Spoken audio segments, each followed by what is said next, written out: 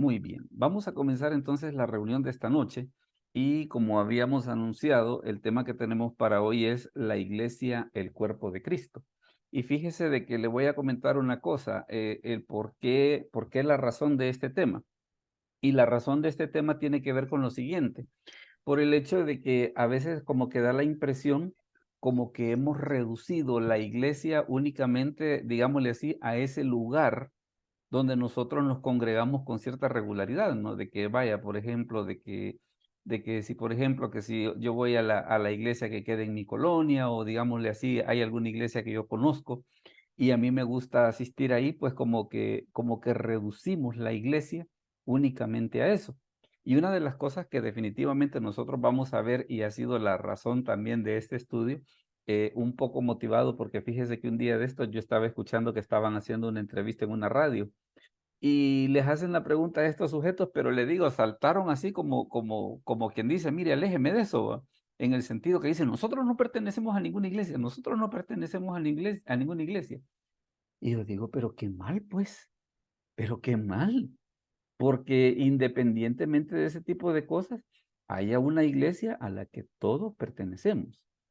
Todos los que hemos recibido a Cristo pertenecemos a la iglesia que es el cuerpo de Cristo. ¿Verdad? Así que en ese aspecto, ¿qué es lo que sucede? Cuando viene alguien y dice, no, yo no pertenezco a ninguna iglesia, es como para decirle, mira, estás mal, estás mal porque debes de pertenecer a una, ¿va? Entonces, recuerde que como siempre, pues todos podemos dialogar, todos podemos opinar acerca del tema que vamos a tratar. Así que vamos a comenzar a verlo entonces. Y para que empecemos a entrar en materia, tal vez una de las cosas que va a ser bien interesante es precisamente lo que tiene que ver con esta cuestión de la iglesia. Iglesia, pues es una de las palabras que, digámosle así, son de esas palabras griegas no traducidas que nosotros tenemos en las escrituras, precisamente porque la palabra griega para iglesia es la palabra eclesía. Entonces, en ese aspecto se da usted cuenta de que su sonido es muy similar a lo que nosotros entendemos o a eso que nosotros estamos acostumbrados a decir como iglesia. Ahora, hay una situación, fíjese, que es bien interesante respecto de, de esa palabrita, de esa palabra iglesia, y es lo siguiente. ¿Cuántas veces aparece la palabra iglesia en el Nuevo Testamento? Fíjese que en total aparece 72 veces. De las 72 veces, el libro donde más aparece es el libro de Hechos. En el libro de Hechos aparece 17 veces y luego de ahí, por ejemplo, tenemos otras menciones como por ejemplo que en Primera de Corintios aparece 14 veces, en Efesios 9 veces, en Apocalipsis 7 veces y de ahí pues empieza la chiquitinada, ¿va? Que en Colosenses 4 veces, en Mateo 3 y así va para abajo. Pero digámosle así, de las 72 veces, el grueso está en el libro de Hechos. Y hay una cosa bien interesante respecto de esta palabra iglesia. Y fíjese que aquí es donde yo siento que viene lo interesante. En ningún caso, en ningún caso, la palabra iglesia representa un edificio. En ninguno, en ninguno. Sino que, ¿qué es lo que sucede? La palabra iglesia en las escrituras siempre, siempre se utiliza para señalar o para identificar a los creyentes. Siempre. Ahora, claro, fíjese que a veces, por ejemplo, está la discusión esa y a veces yo en mis clases, por ejemplo, con más de alguien, a veces ya sea cuando lo preguntan o inclusive a veces hasta yo mismo provoco la discusión, ¿no? En el sentido de decir, bueno, y si la iglesia somos los creyentes y entonces, por ejemplo, cuando nosotros decimos vamos a la iglesia, pues como que no es del todo correcto, ¿va? Pues no es del todo correcto, pero fíjese que las alternativas tampoco me gustan mucho, ¿no? Porque ya ve que, por ejemplo, está la de los testigos de Jehová de Salón del Reino, porque están los salones de billar, los salones de baile. Entonces, entonces decir salón, pues como que no es como que no es muy adecuado, ¿va? Pero, ¿qué es lo que sucede? Yo pienso que tal vez un término medio que nosotros podemos tener es, mire, es cierto que a veces nosotros decimos vamos a la iglesia, pues cuando asistimos a la iglesia de nuestra localidad, pero estamos en el entendido de que ese no es el término correcto. El término, ¿por qué razón? Porque precisamente la iglesia está formada por los creyentes. Hace unos años, por ejemplo, la Iglesia Católica tenía un comercial muy interesante. En ese momento estaban pidiendo dinero para obras sociales Y fíjese que una cosa bien interesante que ellos decían en su comercial, y a mí me encantaba ese comercial, que ellos decían, cristiano, la iglesia eres tú. Precisamente por eso, porque los creyentes somos los que formamos la iglesia, ¿no? Entonces, por eso es bien importante el hecho de que las escrituras hagan mención acerca de esa situación, ¿no? De que la iglesia no es el edificio, sino que la iglesia está formada por los creyentes. Dígame, hermana María Lidia. La única objeción que yo tengo para esa propaganda, hermano, es que ellos trataron de vestir la iglesia eres tú como cada persona en particular, pero el término iglesia es una colectividad. Ah, Y claro. cuando nosotros decimos la iglesia eres tú, entonces no importaba que la gente estuviera en su casa, que no se congregara, porque él era la Ah, iglesia. ok. Entonces, la iglesia es el cuerpo de Cristo. Yo solo soy un miembro, yo no sé qué celulita, dónde quedo yo en el cuerpo de Cristo, pero la iglesia somos nosotros. Y Si es que no estamos juntos, difícilmente podemos decir que yo soy la iglesia. Yo tengo siempre esa objeción. Y fíjese que le voy a decir una cosa, y porque es que esto, y se va dando cuenta, pues, lo interesante de esto, porque tiene sus cosas grises, ¿va? Yo me acuerdo, por ejemplo, cuando el Tabernáculo puso el canal de televisión, fíjese que una de las cosas que así le digo, ocurrió de golpe, ¿sabe qué fue? La asistencia bajó. ¿Por qué razón? Porque venía la gente y decía, ¿y para qué voy a ir? Y no de todos modos lo puedo ver, pues. Y no de todos modos lo puedo ver. Entonces, como que cae esa situación de que a veces, quizás por los mismos cambios que van ocurriendo, como que se van creando esas líneas grises, ¿va? Claro, hay que tener en cuenta, por ejemplo, lo que dice el Señor, ¿va? Donde están dos o tres reunidos en mi nombre, ahí estoy yo. Ahora una cosa, y esta reunión de Zoom cuenta como reunión para que Jesús esté aquí. ¿Cómo la ves? A ver, ¿quién quiere opinar al respecto sobre si esta reunión cuenta, así como el Señor dice, de que donde están dos o tres reunidos en mi nombre? O sea, ¿estamos dentro de ese grupo o estamos fuera? Miguel, dime. Hola, pastor, yo me acuerdo de un pasaje un poco polémico que está en la carta a los Corintios, en la que el apóstol dice que cuando iban a excomulgar a un fulano, y Sí. entonces él dice, yo en espíritu estoy con ustedes. Algo Ah, así es la idea que da. excelente. Sí, dice Entonces, reunidos vosotros y mi espíritu, dice en Primera de es Corintios correcto. 5. Primera de Entonces Corintios yo 5. creo que aquí en Zoom estamos parte de miembros de Cristo y estamos reunidos en espíritu. Me encanta esa explicación, muy buena. Buen aporte. Hermano Jan, dígame. Quizás Pablo se inventó lo de Zoom. Está bueno, me gusta eso. Hermano Jan, dígame. A ver. Maestro, es que fíjese que no sé y me corrige, ¿verdad? No quiero entrar en controversia, pero en relación a ese texto, cuando vemos el contexto, realmente no es una situación de una reunión en una cuestión de adoración o algo. Ujú. Y ahí por libros no sé si me corrige, pues, pero siempre se ocupa ese texto y no es en sí el contexto de lo que se está mencionando. ¿De cuál? ¿Del de Entonces, Primera de Corintios o del de no, Mateo no, no, donde no, de dos o tres estamos reunidos ahí, porque ahí estoy. Ok. Entonces, es ahí pues donde, en primer lugar, tomar eso, ¿verdad? Como parte de la pregunta, pero no me quiero salir de la pregunta, ¿verdad? Sino que en sí, su consulta fue que si, porque estamos en Zoom, no estamos reunidos con, digamos, en una situación eclesiástica, yo opino que sí, pues, porque si se está tocando del tema, entonces sí está, digamos, en sí en sintonía, lo voy a llamar de una manera así espiritual. No, Gracias. y fíjese de que vaya, por ejemplo, yo un día de esto, precisamente cuando empezó esta situación de la pandemia, por ejemplo, y que salieron Zoom y compañía, precisamente hubo una que otra iglesia, por ejemplo, tanto evangélicas como católicas, de que empezaron a hacer situaciones bien interesantes, como celebrar bodas por Zoom, ¿verdad? Como celebrar bodas por Zoom en el sentido, bueno, y era por la misma cuestión, ¿va? Y el ministro tiene que estar ahí. O sea, físicamente va. Ahora, claro, el aporte que hace Miguel, bien interesante, de que en ese pasaje de Primera de Corintios, es cierto de que Pablo no estaba presente cuando la iglesia se reunió para tomar la decisión de si expulsaban a esta persona, pero yo le aseguro que probablemente si hubiese existido alguna plataforma como esta, seguramente lo hubieran conectado ahí. Mira, aquí está Pablo para que escuche qué es lo que, o sea, tenemos su aprobación para lo que te vamos a decir, ¿va? Es muy probable que hubiese ocurrido una situación así. Y fíjese de que vaya, por ejemplo, yo a veces he escuchado situaciones como, escuchaba a un pastor uno de estos días, Jesús nunca usó dispositivo.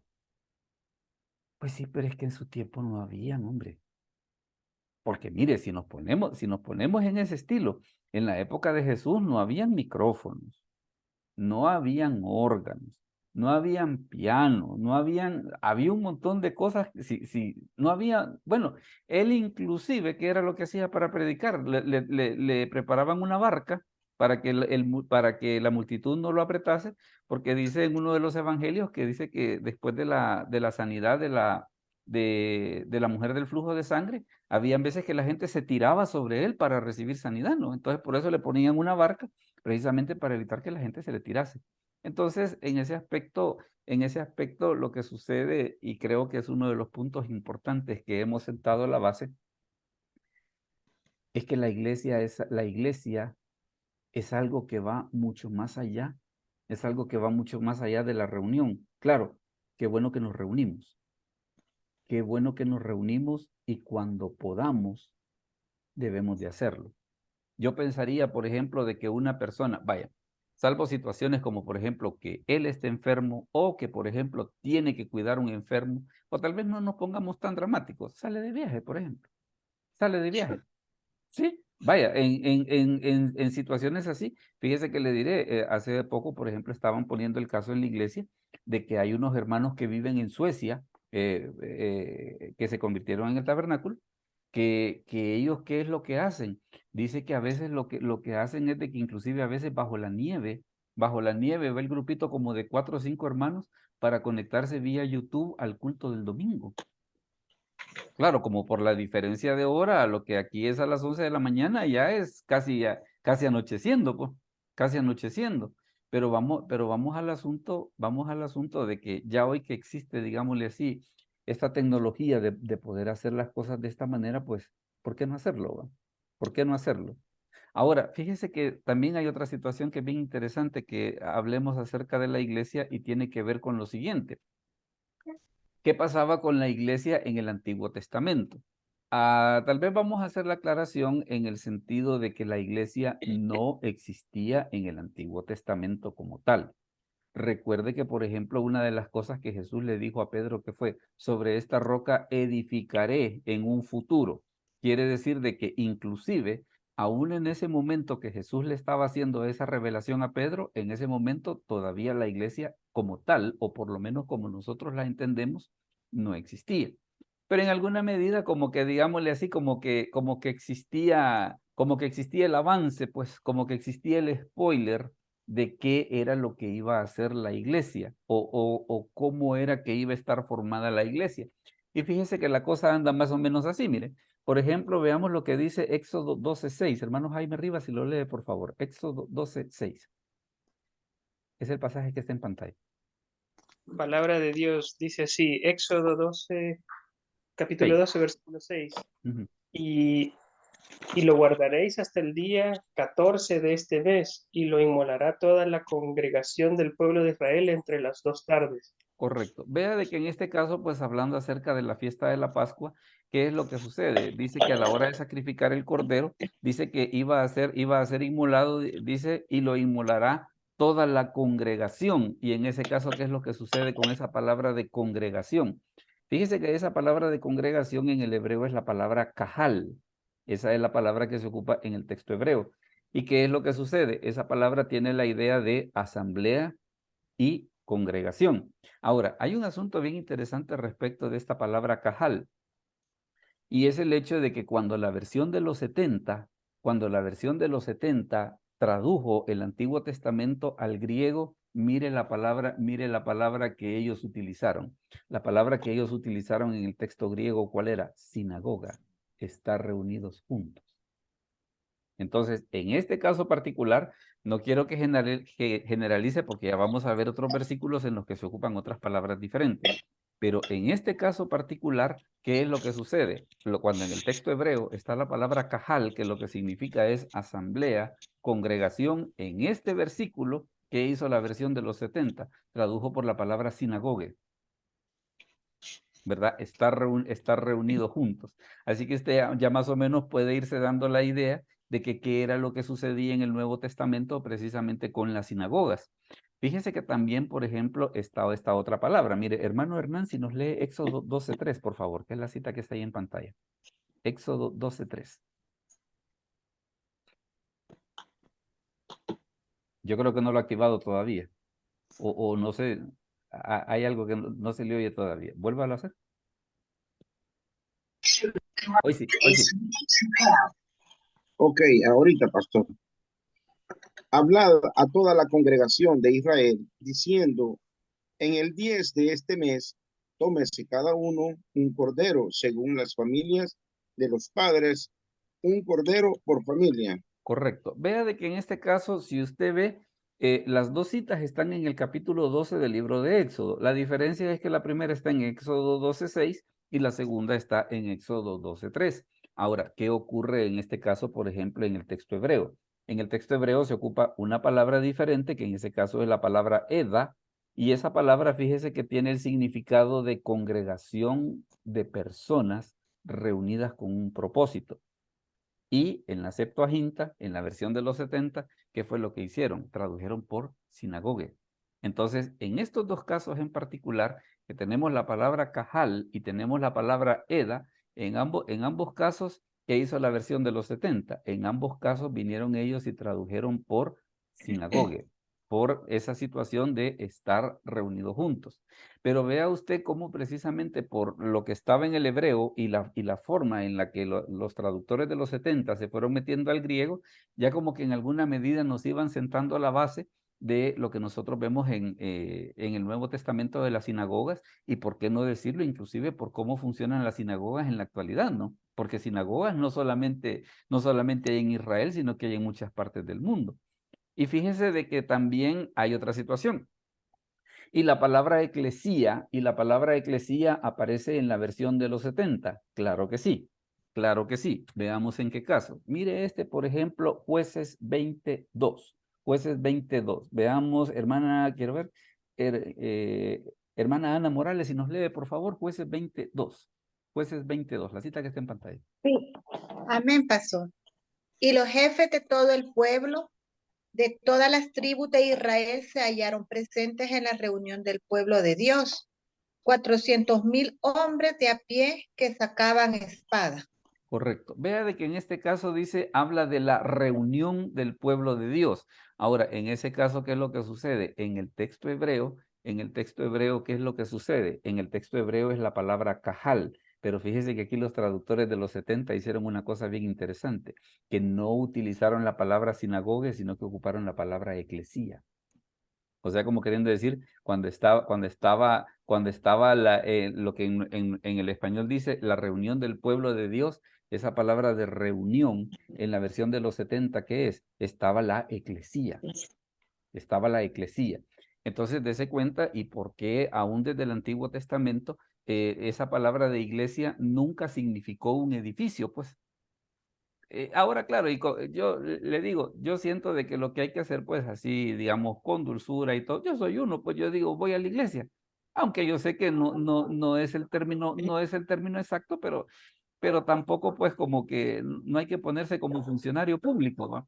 Entonces, no, mire, Dios en ese sentido es mucho más comprensivo a veces de aquel tipo de cosas. Ahora, qué bueno cuando nos damos cuenta y sabemos de que hay una manera correcta de decirlo. Dime, Miguel. Quizás pienso, pastor, que lo más adecuado debería de ser decir voy a la reunión de la iglesia. Sí, sería una manera de decirlo. Y fíjate que me gusta más porque te digo, esa alternativa de los testigos del Salón del Reino, a mí no, ay, no, esa no me gusta. Esa no me gusta. Está bien, reunión de la iglesia y es una manera muy interesante y como que se acerca más precisamente al sentido en este aspecto que es lo que la palabra iglesia sostiene. Fíjese que, por ejemplo, está este otro texto, mire, está este otro texto. Hermana María Lidia, si nos lee Primero de Reyes 8:65. Sí, con gusto.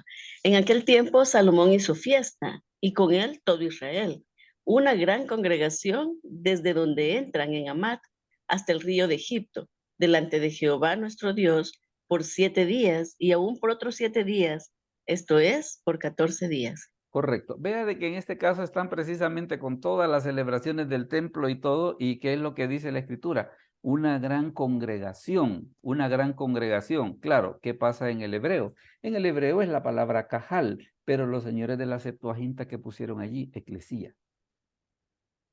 O sea que estaba una gran eclesía.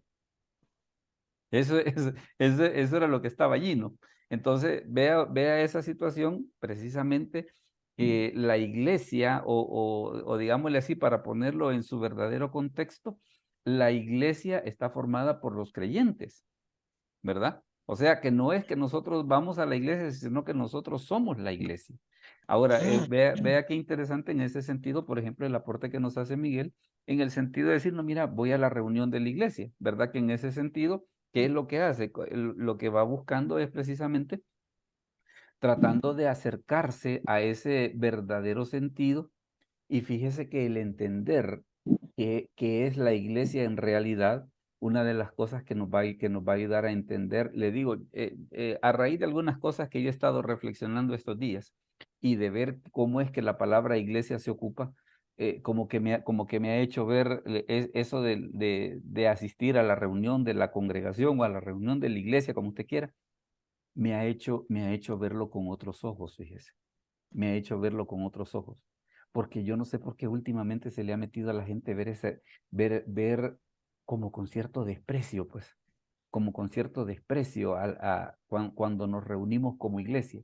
Entonces, precisamente este estudio, una de las cosas que por lo menos lo que yo pretendo es que cambiemos un poquito esa perspectiva, pues.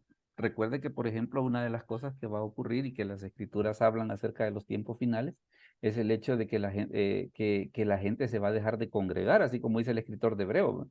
No dejando de congregarnos como algunos tienen por costumbre, dice, sino exhortándonos, dice, y cuanto más cuando veis que aquel día se acerca. Entonces, definitivamente de que para nosotros como creyentes, el formar parte de una congregación es muy importante. Y a veces aquellas personas que dicen, no, yo veo los cultos desde mi casa, o yo solo pongo la televisión. Sí, está bien, está bien, pones la televisión y estás en el sofá con el celular viendo las redes sociales, ¿va? Pero bueno, esa ya es cosa que no nos corresponde. Fíjense que hay una situación, y esto es bien interesante, mire, lo que es el origen de la iglesia en la mente de Dios. Y este es un asunto que vale la pena que nosotros podamos entrar en la conciencia de esta situación, mire, acerca de esta situación de la iglesia en la mente de Dios. Hermano Mario Romero, si nos lee por favor Efesios 1:4. Efesios 1:4. Sí, ahorita. Según nos escogió en él antes de la fundación del mundo, para que fuésemos santos y sin mancha delante de él. Entonces vea una situación bien importante, el hecho de que la iglesia estaba en la mente de Dios, dice, dice antes de la fundación del mundo. Entonces, no es poca cosa. No es poca cosa, ni tampoco es algo digámosle así, que lo debemos de ver sin importancia o que lo debemos de ver con una actitud de desprecio, porque la iglesia, el cuerpo de Cristo, todos los creyentes que la conformamos, ¿qué es lo que sucede? Estamos dentro del plan de Dios aún antes de que Dios creara el mundo. Aún antes de que Dios creara el mundo, ya Él ya tenía planes para nosotros. Entonces, eso hace precisamente de que el comprender lo que realmente la iglesia es, lo que realmente la iglesia significa, qué es lo que pretende, precisamente que cambiemos esa perspectiva, ¿no? Fíjese que también, por ejemplo, está esta otra situación. Mire, Miguel, si nos lees esa cita, por favor, Efesios 3 del 4 al 6. Sí, pastor. Efesios 3. Ujú. Leyendo lo cual podéis entender cuál sea mi conocimiento en el misterio de Cristo. Misterio que en otras generaciones no se dio a conocer a los hijos de los hombres, como ahora es revelado a sus santos apóstoles y profetas por el Espíritu, que los gentiles son coherederos y miembros del mismo cuerpo y copartícipes de la promesa en Cristo Jesús por medio del Evangelio. Y quiero que note una cosa. Si usted se fija, una cosa que dice que era un misterio, dice que en otras generaciones no se dio a conocer a los hijos de los hombres, como ahora, dice Pablo, nos es revelado. Una observación que muchos hacen de este pasaje es la siguiente. Es el hecho de que, y le digo, esto que le voy a contar, fíjese que una vez un judío me lo dijo. Una vez un judío me dice, mire, me dice, ¿sabe qué es lo que no me gusta de los evangélicos? Lo que no me gusta es que ustedes dicen de que Dios nos ha hecho a un lado. ¿Verdad? Por aquí, de que como nosotros somos la iglesia y que no sé qué, entonces mire, ya los judíos ya quedaron fuera. Pero si usted ve bien, no es eso lo que dice la Escritura. Porque ¿qué es lo que dice? Fíjese que no dice que son los judíos los que son coherederos de los gentiles, sino que somos los gentiles los que somos coherederos de los judíos. O sea que nosotros hemos sido los que, digámosle así, nos han dado entrada, ¿verdad? O sea, es al revés la cosa. Es al revés la cosa. Inclusive fíjese que hay un pasaje en el Evangelio de Juan, por ejemplo, donde ¿qué es lo que dice Jesús? También tengo otras ovejas que no son de este redil, que en ese caso esas ovejas que no son del redil son los gentiles. Entonces, ¿qué es lo que sucede? También tengo otras ovejas, dice, que no son de este redil, pero ¿qué voy a hacer? Las voy a hacer un solo pueblo y las voy a hacer un solo pastor. Entonces, el asunto no es, a veces como por ejemplo algunos creyentes lo entienden, ¿no? En el sentido de que, mire, la iglesia es el cuerpo de Cristo y cuando un judío se convierte, entonces el judío es añadido a la iglesia. Le tengo una mala noticia, le tengo una mala noticia porque el asunto, según como Pablo lo dice ahí, es al revés. Está precisamente el pueblo de Dios, los judíos, y nosotros como gentiles, por medio de Cristo, ¿qué es lo que sucede? Hemos sido añadidos. Injertados. Sí, sí. Y ahora, claro, fíjese de que este puntito, le diré, tiene un lío bien interesante, porque ustedes, por ejemplo, seguramente han escuchado que a la hora del arrebatamiento los santos del Antiguo Testamento no se van a ir, ¿va? Más de alguien lo dice así. Pero ¿por qué sacan esa conclusión? Sacan esa conclusión precisamente porque como la iglesia no existía en el Antiguo Testamento. Entonces, algunas personas entienden que, por ejemplo, cuando dice los muertos en Cristo y en Primera Tesalonicenses, ¿a quiénes se refiere? Únicamente a la iglesia y no a los del Antiguo Testamento. Ahora, mi objeción a semejante cosa es precisamente la cita esta de Efesios 3. ¿Y qué es lo que sucede? En esta cita de Efesios, ¿qué es lo que dice? Que judíos y gentiles, ¿qué pasa? Somos coherederos. Somos como coherederos. Y si tenemos en cuenta, que los santos del Antiguo Testamento se salvaban creyendo en el mismo Cristo que nosotros vemos como algo cumplido, pero que ellos lo veían como profecía, entonces, ¿qué es lo que nos indica? Nos indica que a la hora del arrebatamiento, los del Antiguo Testamento también van a ser juntos con los creyentes del Nuevo Testamento. ¿Por qué razón? Porque somos coherederos. ¿Alguna duda hasta aquí? Porque este puntito yo sé que es un poco delicadito. Dígame, Buenas noches, pastor. dígame. Sí, mire cómo hay unos pastores que mencionan en ese apartado o en ese punto, en la línea escatológica, que allá en el reino milenial dice que pues ahí son añadidos los que pues sobrevivieron, si lo queremos decir así, A la tribulación, por ejemplo. a la tribulación. Y de ahí dice que los muertos, o sea, los santos del Antiguo Testamento, en esa parte es que salen resucitados o salen añadidos. Sí. ¿Me podría explicar ahí, pastor? Porque digamos ya son dos puntos de vista interesantes, ¿no? No, y yo se lo menciono, precisamente porque vaya, por ejemplo, quién es el de esa idea? Por ejemplo, Dwight Pentecost, por citar un caso, ¿va?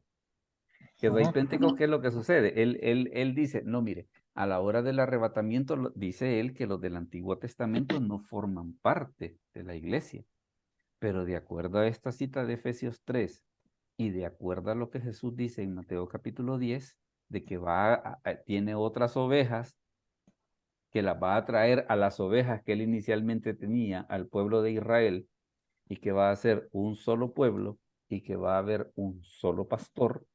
Entonces, ¿qué es lo que sucede? Mi punto de vista es de que a la hora del arrebatamiento, los creyentes del Antiguo Testamento, por ser coherederos con nosotros, van a formar parte del arrebatamiento. Ahora, lo interesante del caso es lo siguiente, y tal vez por el tipo de reunión que nosotros tenemos, yo le quisiera hacer esta recomendación. Sí. En el sentido de conocer las dos posturas. Y de hecho, inclusive, por ejemplo, ¿qué hago yo, por decirle algo, qué hago yo en una clase de teología o en una cosa así por el estilo? Yo doy las dos posturas. Ahora, a la iglesia, yo le digo, mire, los del Antiguo Testamento forman parte de la iglesia y le saco todos estos versículos. A la iglesia. Aunque le hago la salvedad también a la iglesia, que existe también ese otro punto de vista, que si lo escucha, que no se aflija. Porque existe, pero también haciéndole la salvedad, mire, aunque existe, pero no estoy de acuerdo por estas y estas razones, ¿verdad? Entonces, en ese aspecto, fíjese que una de las cosas que es lo más sano para la iglesia como cuerpo de Cristo es el hecho de que cuando existen esas diferencias de opiniones, pues plantearlas las dos, pues. Porque a veces lo feo es de que, mire, a mí solo esto me habían enseñado, y cuando alguien viene y le dice una posición diferente, como que se asustan, ¿verdad? Se asustan en el sentido de decirle, a mí eso no me lo habían enseñado. No, mire, existen las dos posiciones, hombre. Existen las dos posiciones. Entonces, claro, ¿qué sucedería, por ejemplo, si fuera una clase de teología? Como lo que yo estoy haciendo es preparando pastores que van a, digámosle así, que van para un campo misionero, que van para una iglesia. Es como en el caso de los médicos, por ejemplo, que ¿qué hacen con los médicos? Les enseñan todas las enfermedades posibles. Le enseñan todas las enfermedades posibles. Allá en el campo de trabajo, ahí es donde verá qué de todo eso sí le funciona, y qué de todo eso inclusive hasta se ha actualizado porque hay nuevo conocimiento. Entonces, ¿qué es lo que hago yo? Digamos, si es clase de teología, yo le explico las dos posiciones. A la iglesia, mi punto personal, le digo, los del Antiguo Testamento forman parte de la iglesia, pero también quiero que sepa que existe la otra posición, para que si usted le escucha. Sí, sí. Bueno, eso es interesante que lo plantee así, porque, vaya, se nos enseña también los pactos, pastor, ¿verdad? Está el pacto con el pueblo de Dios, el pueblo de Israel, el pacto con la iglesia, ¿verdad? O el nuevo pacto. Entonces, de ahí también como que ahí es donde cabal, los de la otra postura tienen o la que conocemos mayormente, hay un sustento, ¿verdad? De que ahí es que hace el apartado el Señor, ¿verdad? No, y le voy a decir una cosa, fíjese que hay una pequeña línea gris por ahí, y se la voy a explicar. Vaya. ¿Qué sucede, por ejemplo, cuando los evangélicos vemos algún pasaje que es una promesa en el Antiguo Testamento? Por decirle algo, lo de Isaías 40, ¿va? De que los que esperan a Jehová tendrán nuevas fuerzas. Ese pasaje es para nosotros. No. Pero ¿qué hacemos, por ejemplo, cuando escuchamos de que sabed que vuestro pecado os alcanzará? Eso es para Israel. Entonces agarramos las promesas para nosotros y agarramos los castigos para Israel, ¿va? Entonces, esa es la parte en la que estamos mal. Porque fíjese que en el caso de los pactos, inclusive esta distinción que estamos haciendo también tiene un problema. Porque usted ve en el libro de Jeremías que dice, he aquí vienen días, dice el Señor, en los que haré con la casa de Israel y con la casa de Judá un nuevo pacto. Entonces, si es con la casa de Israel y con la casa de Judá, de acuerdo a esa distinción, ya le doy chance, hermano Jaime, si es de acuerdo a esa distinción, estamos fuera. Pero, Ajá. y el nuevo pacto significa lo que Jesús explica, de que el nuevo pacto se renueva a significar su cuerpo y su sangre, que son derramados para el perdón de nuestros pecados, entonces sí entramos. Entonces, en el nuevo pacto, o sea, como ya hay un antiguo, ¿verdad? Y hay un nuevo, lo que se hace es donde somos nosotros añadidos, ¿verdad? Ajá, correcto. Entonces, esa es la línea gris que le digo a los que sostienen esa posición, como que les queda un poco extraño ese asunto. Hermano Jaime Rivas iba a decir, perdón, disculpe. Hermano Jaime Rivas. No, un chascarrillo, que somos fariseos de la nueva generación. Ah, sí. Bueno, entonces iba a terminar, hermano Mario Romero, perdón. Sí, no, bueno, en el tema, digamos, habrá gente que es bien ortodoxa, ¿verdad? Y creo que esto no es para que alguien le vaya ahí a creer que va a perder la salvación, ¿va? O que es de un lado, que es del otro, sino que es un tema que creo que no está bastante claro, y creo que alguien puede decir que el orden de los factores no altera el producto, ¿va? Bueno, Pero la verdad que el Señor vino ¿cómo se llama? A salvar el mundo, pero obviamente escogió a Israel como el modelo, ¿verdad? Eso es lo que iba a hacer. y mire, y ya que menciona eso, el pasaje más conocido que nosotros citamos a cada rato, Génesis 12:3, bendeciré a los que te bendijeren y a los que te maldijeren maldeciré. Y mire cómo termina la cola. Y serán benditas en ti todas las familias de la tierra. O sea, que la bendición de Dios iba a ser transmitida por el pueblo de Israel a toda la humanidad. Dime, Miguel. También, pastor, creo que es el pasaje más radical, porque dice, son palabras de Jesús en Juan capítulo 4, donde le dice, porque la salvación viene de los judíos. Sí. O sea, No, definitivamente. es que ese es así como dicen los jóvenes, no le encuentro falla en su lógica. Ahí no hay para dónde. Ahí no hay para dónde. Dígame. De hecho, con aquella mujer, pastor, que le dice que aún los perrillos comen de las migajas, ¿verdad? Ah, la sirofenicia. La sirofenicia. Lo que pasa es que debemos, creo que, dejar establecido, pastor, la enseñanza de que el Señor vino a salvar lo que se había perdido y escogió a Israel, no porque fuere la grandeza, porque ahí se lo hace ver también, ¿verdad? No, y de hecho, inclusive en el libro, en el libro de Deuteronomio o Levítico, sí, Deuteronomio dice, si yo los escogí a ustedes, no porque sean el mejor de todos los pueblos. Ajá, sí, para que nadie no anden ahí vanagloriándose, que era lo que hacían ellos, ¿verdad? Sino que los escoge como un modelo, ¿verdad? De un pueblo pequeño, insignificante, si lo queremos ver para otras naciones grandes, y de ahí, pues, ese es el pueblo escogido, el modelo que tenía que haber un inicio, y creo que a estas alturas el cuerpo de Cristo, pues, es la iglesia, y la iglesia la conforman, si lo vamos a decir así, todos aquellos que han creído en Cristo, primeramente, respetando, digamos, como no la jerarquía, sino que la posición que dejó establecido el Señor, ¿verdad, pastor? Y considerando pues de que, por ejemplo, los del Antiguo Testamento, ¿cómo se salvaban? Mucha gente equivocadamente piensa que los del Antiguo Testamento se salvaban haciendo sacrificios, y no es así. Porque usted ve pasajes, por ejemplo, como en Génesis 6, por ejemplo, dice la Biblia, y Noé halló gracia ante los ojos de Jehová. O, por ejemplo, y creyó Abraham a Jehová y le fue contado por justicia. Entonces, la salvación en el Antiguo Testamento ha sido igual que ahora. La salvación siempre ha sido por fe. Siempre. Y si tomamos la escritura, pastor, allá en Corintios, que dice que el cuerpo de Cristo dice que nadie más, nadie es menos, dice, ¿verdad? Y que él no hace excepción de personas. O sea, podemos resumir al final que aquí no es que, ay, pero Israel es primero, entonces nosotros detrás de ellos. O sea, en el Señor no hay No existe eso. primeros ni segundos, No. ¿verdad?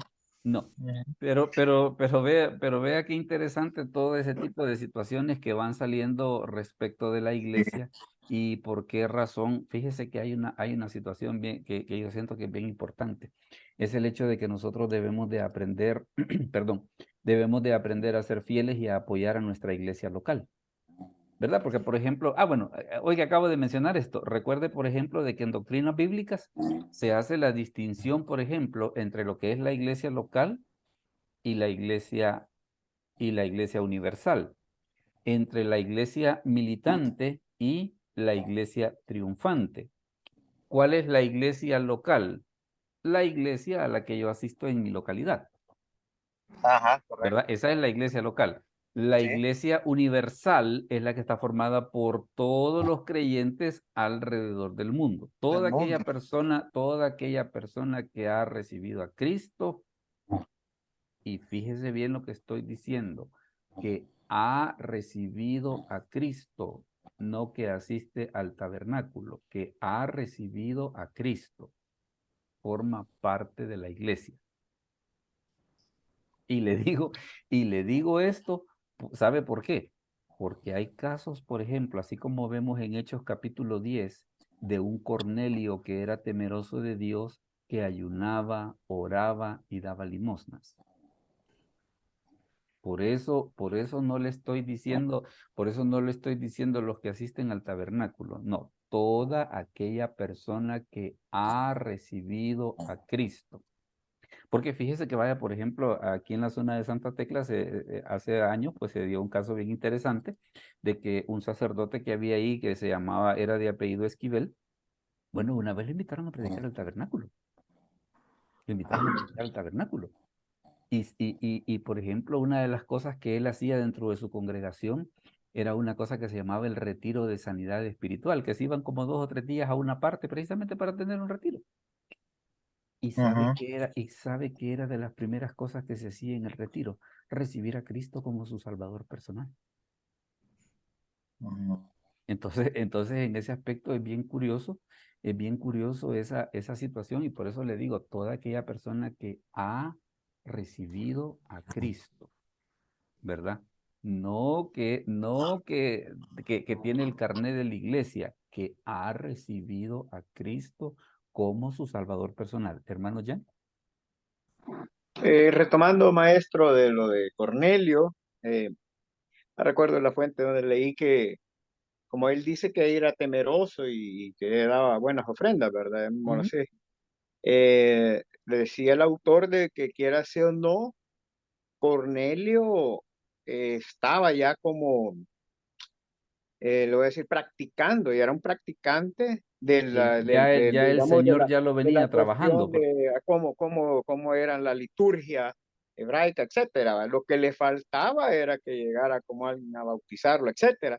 Por lo tanto, sí, él siempre había, porque cuando dice el pasaje que por último llegó y bautizó a él y a su familia, los que estaban ahí alrededor, ¿verdad? Sí. Entonces, quiera o no, ya había una eclesía, exactamente, una práctica, solo que eran gentiles. Era el Ujú, aporte.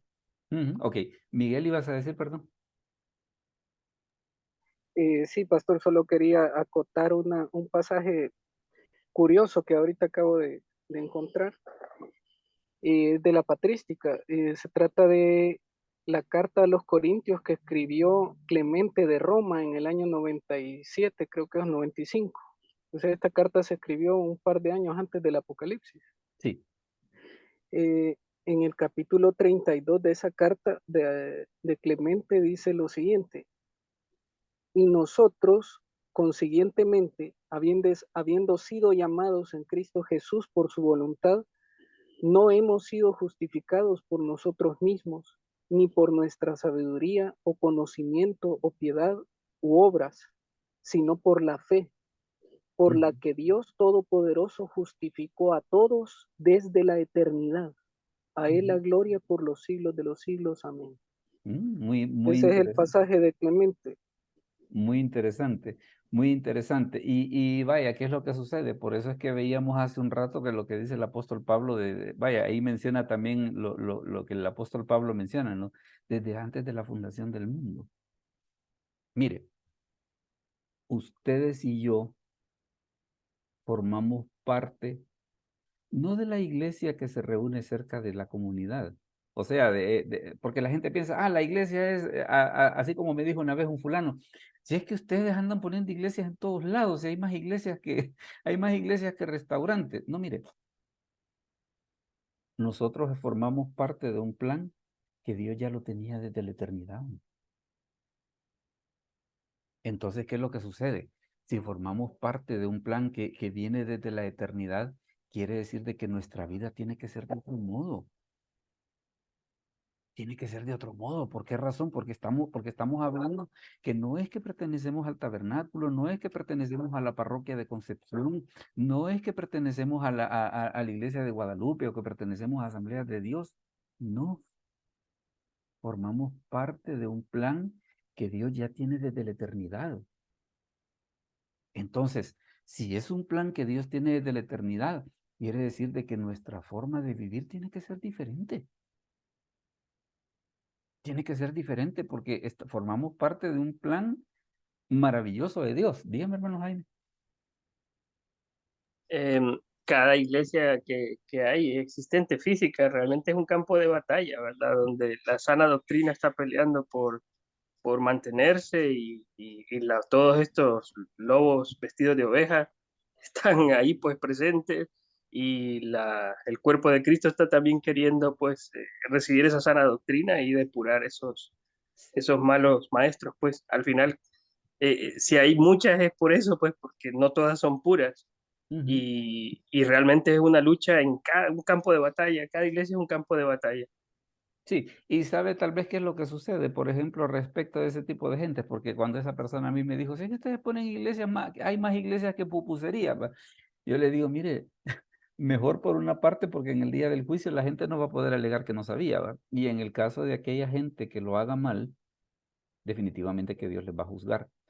Es por eso que es importante, es por eso que es importante que nosotros que estamos en esta labor del ministerio, es por eso que es muy importante que lo hagamos bien y que nos preparemos bien para que ocurra lo que dice el apóstol Pablo, ¿va?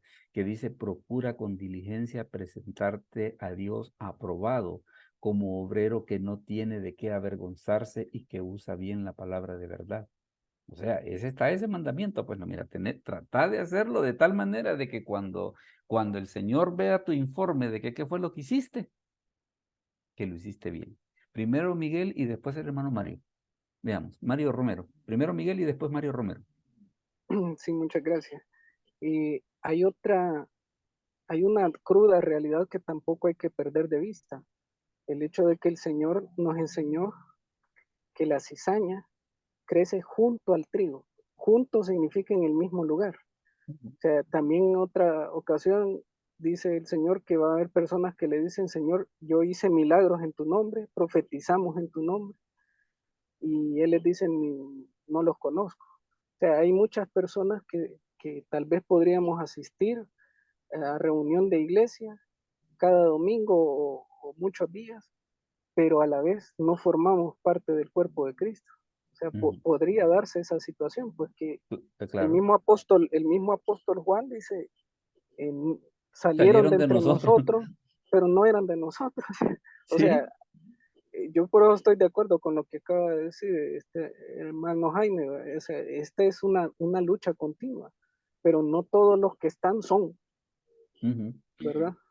No, y le voy a decir una cosa. Yo creo que esfuerzos, por ejemplo, como este que ustedes están haciendo de apartar este tiempo, y yo le aseguro una cosa, así como nosotros estamos aquí, también hay un montón de gente en otras partes del mundo que también está haciendo lo mismo, pues, en el sentido de decir, existe un deseo verdadero, genuino, por querer agradar a Dios.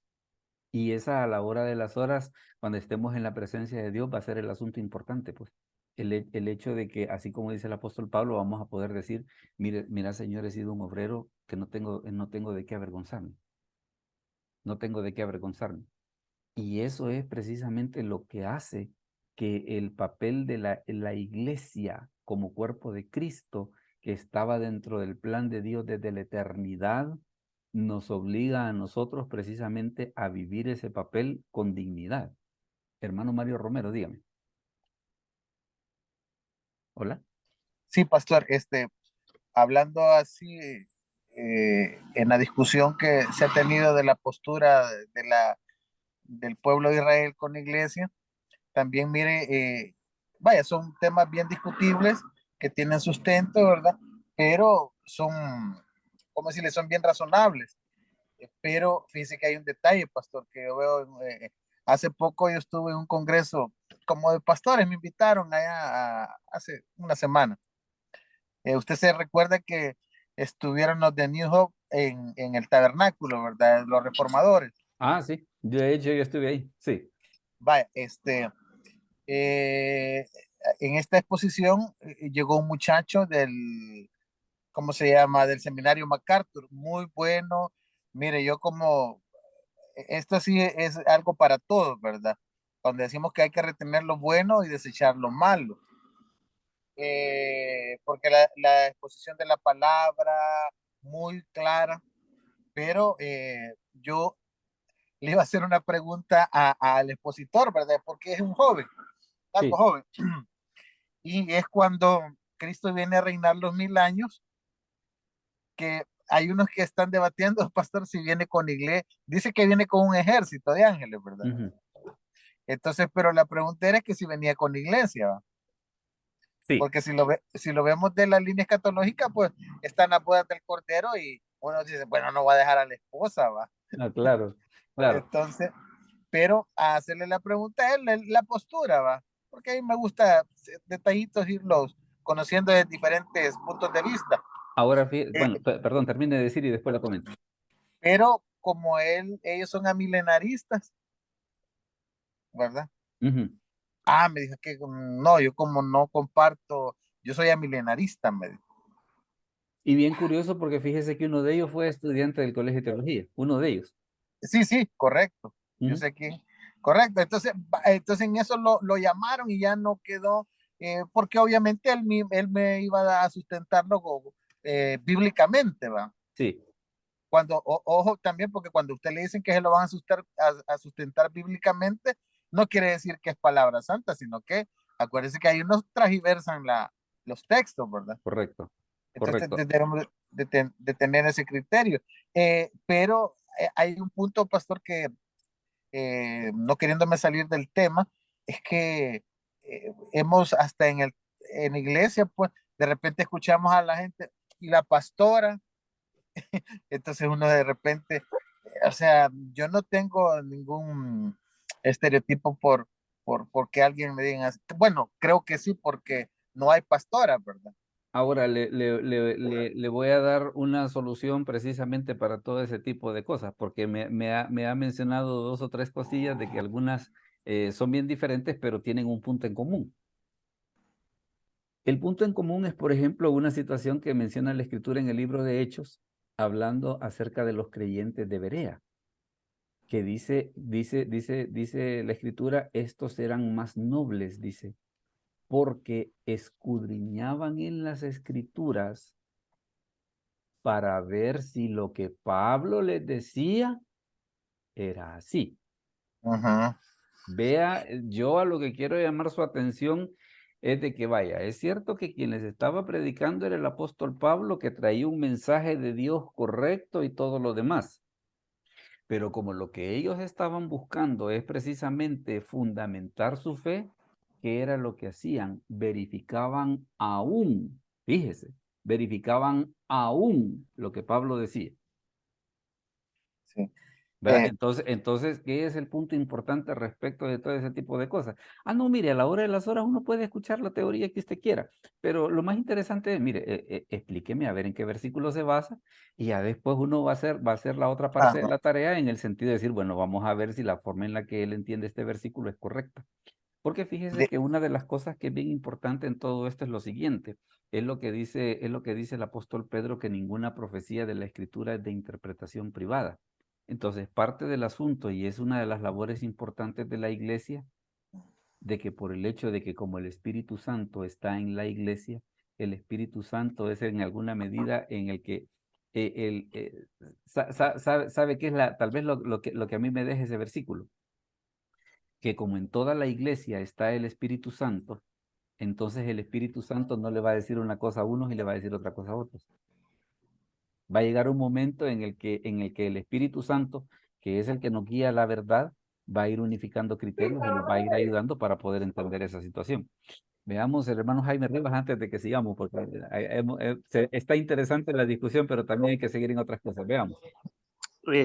Pastor, yo creo que también vale la analogía. Por ejemplo, en la jerarquía de las leyes actuales, usted tiene la ley principal, tiene un reglamento, tiene instructivos, y en el caso, digamos, de Pablo y estos hermanos que fueron escudriñadores, realmente las cartas de Pablo son casi como eso, como un reglamento, un instructivo, algo de aplicabilidad, pero tiene que estar en total consonancia con la ley, pues que fue lo que se nos dio en el Antiguo Testamento. La ley principal, por decirlo así. Exacto.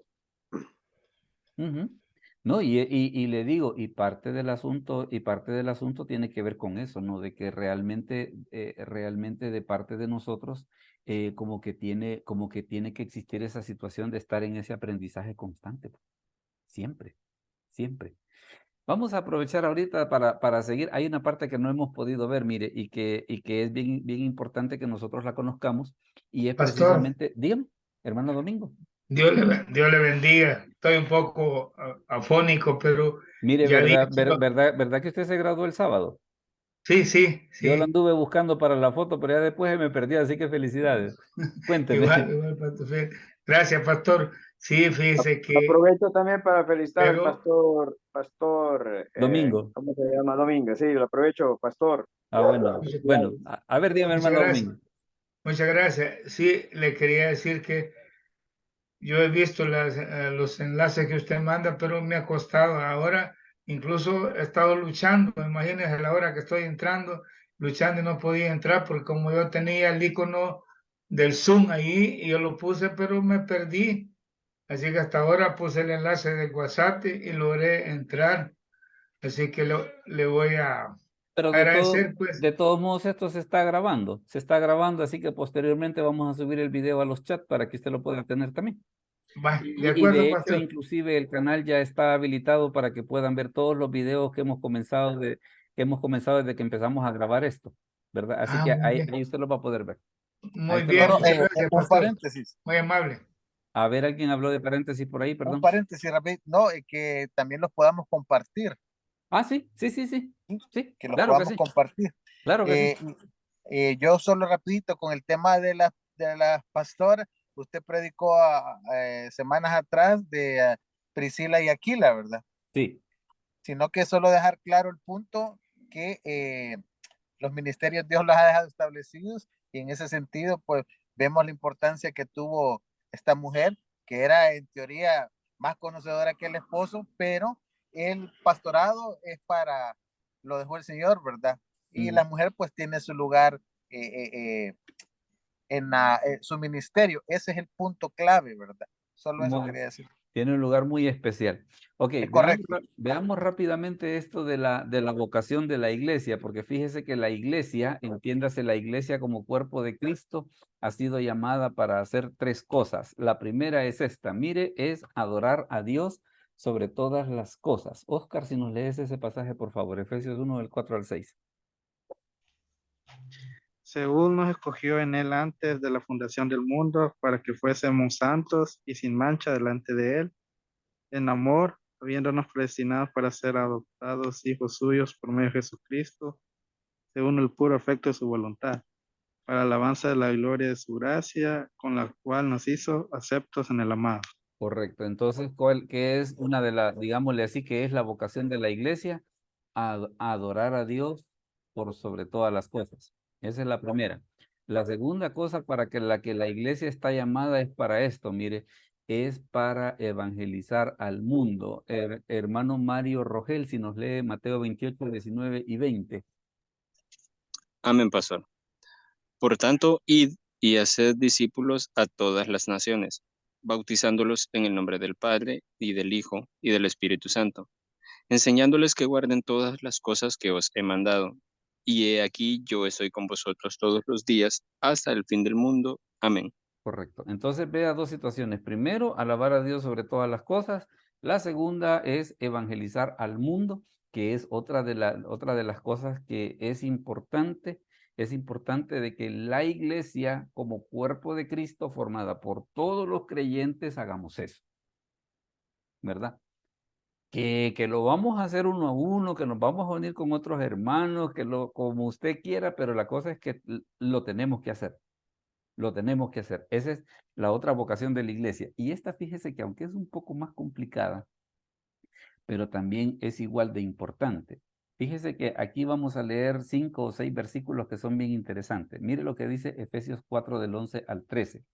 Y es una de las cosas para las cuales la iglesia debe de existir o es su razón de ser. Fíjese.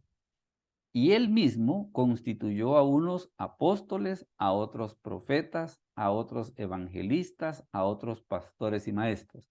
Entonces, vemos primero de que el Señor ha elegido personas, precisamente, y ahí los menciona, apóstoles, profetas, evangelistas, pastores y maestros.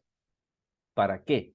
Fíjese, a fin de perfeccionar a los santos para la obra del ministerio.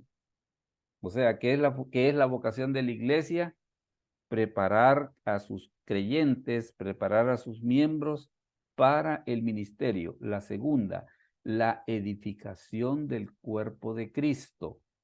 O sea, para que el cuerpo de Cristo crezca espiritualmente y se fortalezca. Que aquellos que hemos avanzado más, ayudemos a los que han avanzado menos. Dice, hasta que todos lleguemos a la unidad de la fe. O sea que la vocación de la iglesia no es pelearnos con otras iglesias, sino que podamos llegar a una situación de hermandad y de entendimiento. Yo sé que a algunos les podrá parecer demasiado ideal lo que les estoy diciendo, pero fíjese que yo me topé con un problema. Eso es lo que dice la Biblia. Ese es el problema con el que yo me topé. La otra, y del conocimiento del Hijo de Dios a un varón perfecto. Y mira hasta dónde tenemos que llegar, dice, a la medida de la estatura de la plenitud de Cristo. Yo le aseguro que más de alguien está pensando, eso es demasiado ideal. Es cierto, es demasiado ideal. Pero ¿sabe cuál es el problema con el que yo me topé? E insisto, eso es lo que dice la Biblia. Si usted ve que señalo a un lado es porque tengo una segunda pantalla. Eso es lo que dice la Biblia. Entonces yo contra eso ahí yo no puedo hacer más otra cosa de que si la Biblia dice eso hay que hacer. Bueno, no solo se puede, sino que hay que hacerlo. O sea, no es aquello de que no, mire, eso es mucho pedir.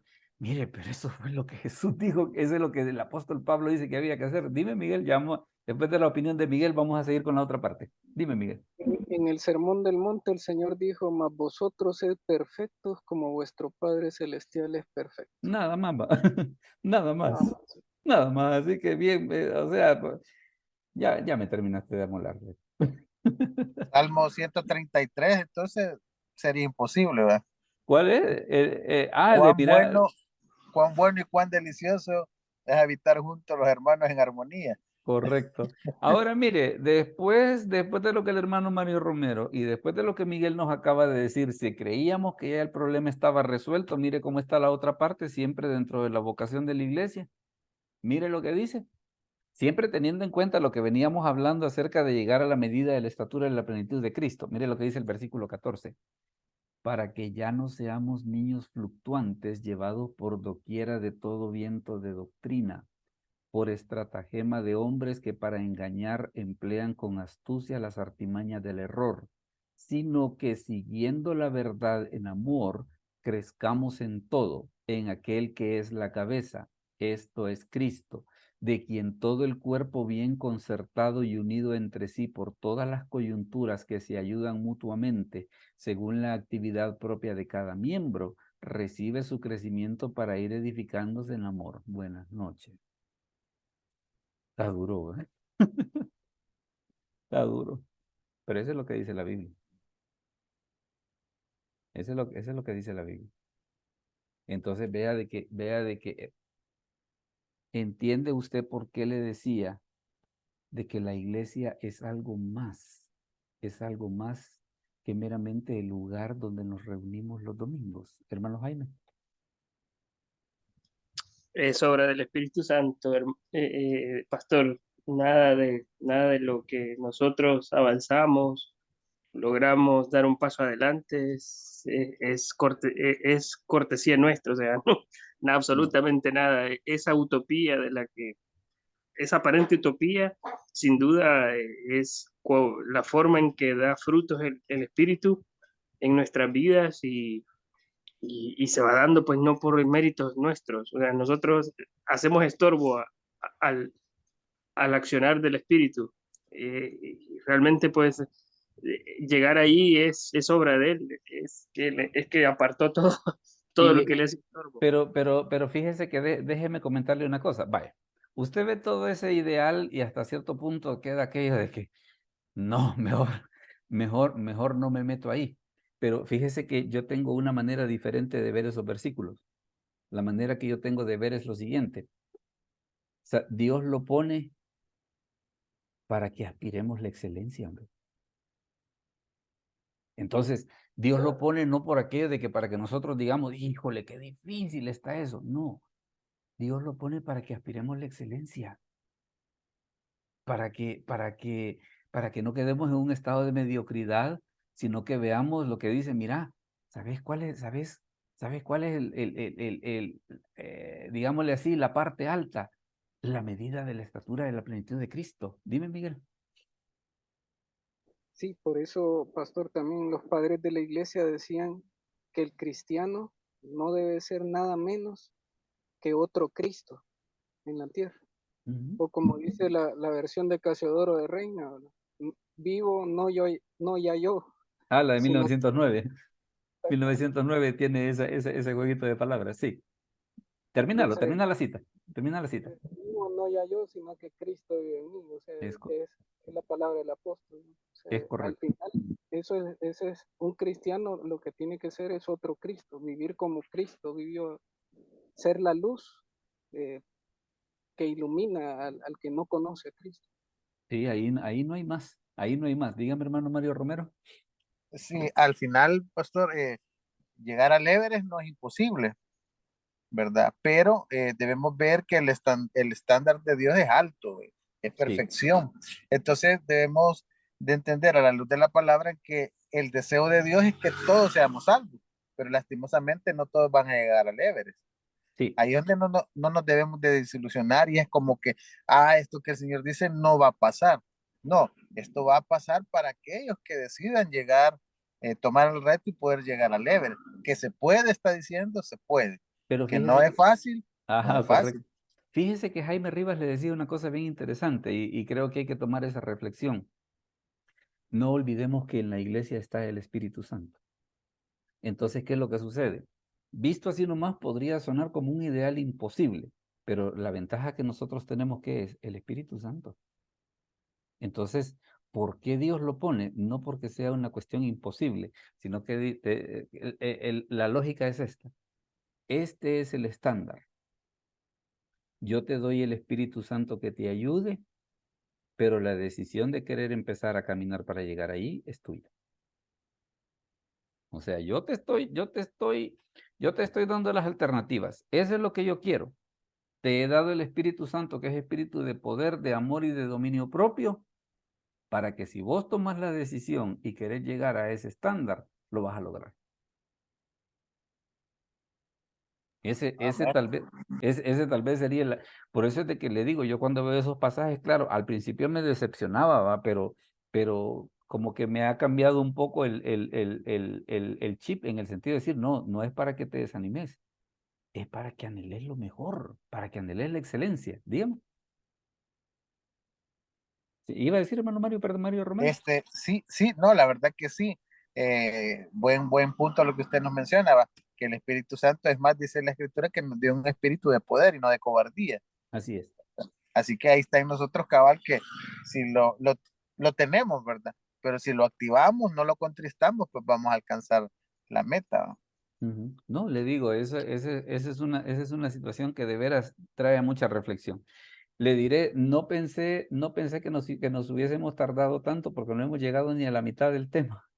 No hemos llegado ni a la mitad del tema, pero creo que la discusión ha sido muy interesante, ha sido muy importante precisamente. Y le digo, cuando yo estaba, he tenido varios días que he estado en esa reflexión de que como, yo no sé si ustedes tienen esa percepción, pero como que la gente le está perdiendo el amor a la iglesia de su localidad, ¿verdad? A la iglesia de su localidad, el día, el nombre que usted quiera, la parroquia que usted quiera. Quiero comentarles una cosa también. Menciono la palabra parroquia precisamente porque Miguel, precisamente que nos honra con su presencia, él asiste a una parroquia. Y una de las cosas que le digo, yo aprendo mucho de Miguel precisamente por la forma tan especial que él tiene de vivir su fe.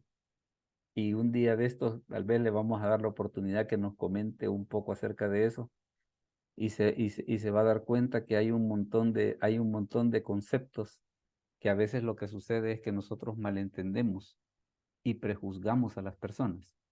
Le digo, yo he aprendido tanto de la forma en la que él vive su fe, que le digo, a mí me encanta, a mí me encanta.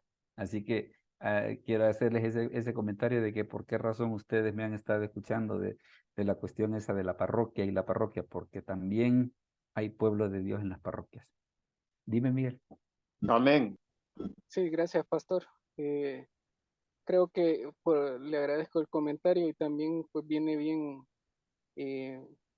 Recuerdo también que Monseñor Romero, que fue un obispo católico, el cual, si ustedes no lo sabían, él también iba a dar enseñanzas a una iglesia bautista que queda en barrio San Jacinto. Asistía frecuentemente él a dar enseñanzas ahí. Y él decía que las fronteras de la iglesia están más allá de la iglesia católica. O sea, él decía, los creyentes, los salvos, son más de los que yo creo, ¿no? Entonces yo creo que una gran madurez de todas las personas es eso, pues creer que la gracia de Cristo está más allá de donde yo y creo que está la frontera, ¿verdad? Hace muchos años también recuerdo que pues tú mismo me dijiste, allá en el cielo vamos a encontrar sorpresas. Sí, y eso decía un profesor mío de teología también, que precisamente fue el que me enseñó eso. Eso es lo que sucede.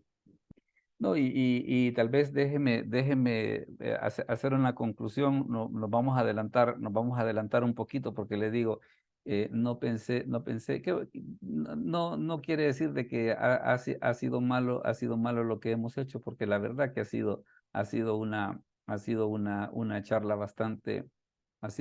bastante productiva, ¿verdad? Tal vez en otra ocasión podamos continuar un poquito hablando acerca de esto. Pero sí le digo, yo quería dejar en su mente y en su corazón lo que la iglesia es. La iglesia es algo más grande de lo que nosotros nos imaginamos. Es algo que era parte del plan de Dios desde la eternidad. Y Dios, en su misericordia, nos ha dado el privilegio de pertenecer a algo que va mucho más allá de nosotros. Ha existido gente antes que nosotros, que también era parte de la iglesia. Si el Señor no viene en estos días, nosotros moriremos y habrá otra gente que también seguirá esa obra de la iglesia, porque la iglesia no depende de los pastores, no depende de los sacerdotes, no depende de ninguna gente así. La iglesia es así como Jesús le dijo a Pedro, le dijo, sobre esta roca edificaré mi iglesia. La iglesia no es ni de los pastores, no es ni de los sacerdotes, sino que es la iglesia de Cristo. Jaime Rivas, dígame y terminamos. Pastor, dada la excesivo, la sobredosis de buen conocimiento de esta sesión. Y usted dice que ni llegamos a la mitad, no sé si ameritaría diferir el próximo tema una semana y proseguirla la otra semana, pastor. Solo es una moción. Ok, hagamos eso entonces. Hagamos eso entonces vamos a terminar el tema la próxima semana. Vamos a hacer eso y este tema se va a postergar. Pastor, Dígame, hermano Domingo.